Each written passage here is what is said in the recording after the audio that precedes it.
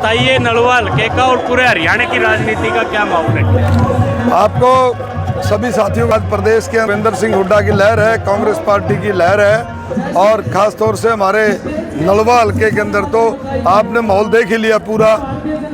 हज़ारों की संख्या में साथी आए हैं। तो आप ये देखो कि एक रैली का छोटा प्रोग्राम था और ये हज़ारों साथी पहुंच गए थे। ये चीज़ शो करती है कि नलवा हल्के के अंदर एक तरफा माहौल कांग्रेस पार्टी के पक्ष में है और भाई अनिल मान को यहाँ से भारी बहुमतों से जीत हासिल होगी। आपके आसपास काफी सरपंच खड़े हैं, बजट तो गठड़ी भर भर के बीजेपी दे और समर्थन जो है सरपंच कांग्रेस को दे। बीजेपी ने दिए इनको लठ, बीजेपी ने दिया सरपंचों को लठ, बीजेपी ने दिए हर वर्ग को लठ मारने का काम किया। आंगनबाड़ी की महिलाएं हो, चाहे हमारी साथी सरपंच पंचायत के प्रतिनिधि हो, चाहे किसान भाई हो, आशा वर्कर हो, मजदूर भाई हो, भाई बीजेपी का दिशा हल करेंगे। आगे कदे भी किसी भी वर्ग के साथ इस तरह का अन्याय नहीं करेगी। बीजेपी का काम है तोड़ना और हमारा कांग्रेस का हमारे नेता चौधरी भूपेंद्र सिंह हुड्डा, जयप्रकाश जी, सभी नेताओं का काम है आपस में जोड़ना, भाईचारा बढ़ाना, छत्तीस बिरादरी को साथ लेकर के चलना। और आपके सामने है ये जितने सरपंच हम भाई खड़े हैं, हम छत्तीस बिरादरी के भाई खड़े हैं यहाँ सारे के सारे। बीसी के भाई भी हैं, एससी के भाई भी हैं, जर्नल के भाई भी हैं, बिश्नोई बिरादरी के भी साथी हमारे।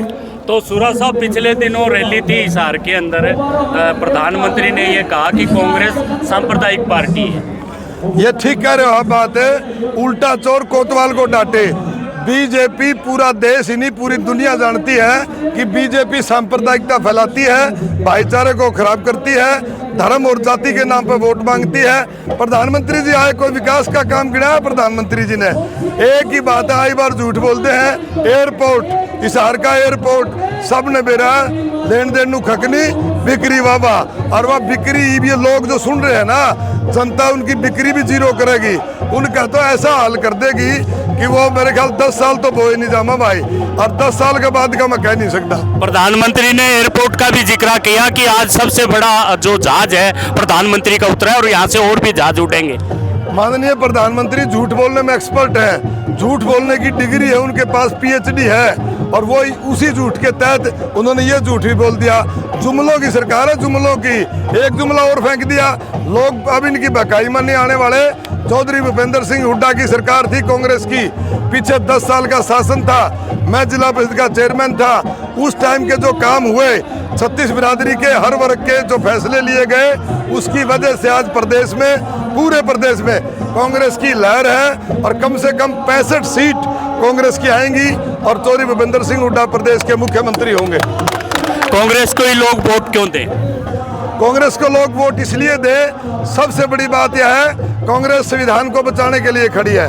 कांग्रेस किसान के हक की बात करती है, कांग्रेस मजदूर के हक की बात करती है, कांग्रेस युवा जो बेरोजगार हैं उनके रोजगार की बात करती है, कांग्रेस छत्तीस बिरादरी के भाईचारे की बात करती है, कांग्रेस जो गरीब जो लोग हैं जिनको 9.5 लाख पीले कार्ड काट दिए गए, उनके कार्ड दोबारा बनाएंगे और सरलीकरण करके जो साथी बचे हुए हैं उनका भी हम पीले कार्ड बनाएंगे।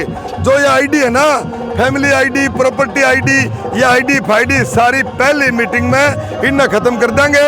और जैसे पहले सरकार चलती आई है, जो जनता चाहती है उसी तरीके के चौधरी भूपेंद्र सिंह हुड्डा फैसले लेंगे, जनता के हक के पहले भी लिए हैं और आगे भी लेंगे। छत्तीस बिरादरी के हक में फैसले लिए जाएंगे कांग्रेस की सरकार बनने पर।